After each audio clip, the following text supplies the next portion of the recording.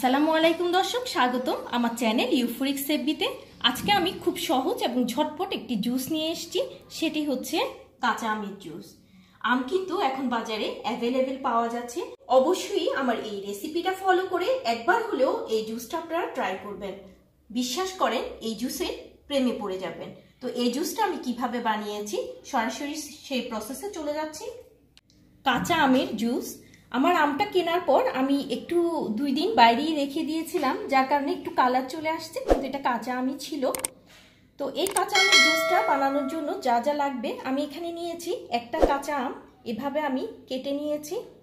অবশ্যই খেয়াল রাখতে হবে শক্ত অংশটা এবং সবুজ অংশটা যেন না উঠে। এরপর নিয়েছি আমি 1 চা চামচ লবণ, 1 চা চামচ নিয়েছি আমি বিট লবণ, 1 চা চামচ নিয়েছি আমি ভাজা জিরার গুঁড়া। অবশ্যই ভাজা জিরার গুঁড়া দেওয়ার চেষ্টা করবেন, কারণ ভাজা জিরার গুঁড়া দিলে স্মেলটা খুব ভালো আসে। আমি নিয়েছি পুদিনা পাতা। পুদিনা পাতা খুব বেশি নেবেন না, একটু ভালো করে দেখে নেন। আমি 4 গ্লাসের জন্য এই যে অল্প কয়েকটা পুদিনা পাতা নিয়েছি। আর যদি হিসাব করে বলি 10টার মতো পুদিনা পাতা নেবেন, কারণ পুদিনা পাতা খুবই ঝাঁঝালো, অতিরিক্ত দিলে জুসটা ভালো লাগবে না। আর নিয়েছি 2টা কাঁচামরিচ।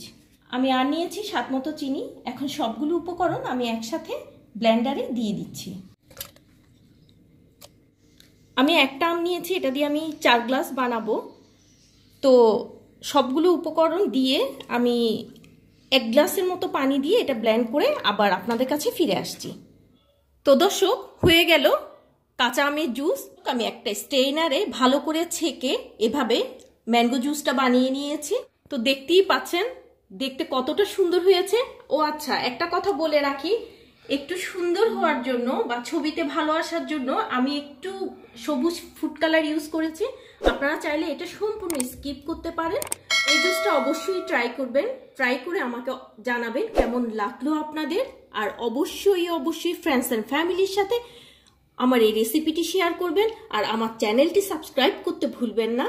আমার চ্যানেলটা সাবস্ক্রাইব করে আমার সাথে থাকবেন। আজকে এই পর্যন্ত, সবাইকে ধন্যবাদ। আসসালামু আলাইকুম।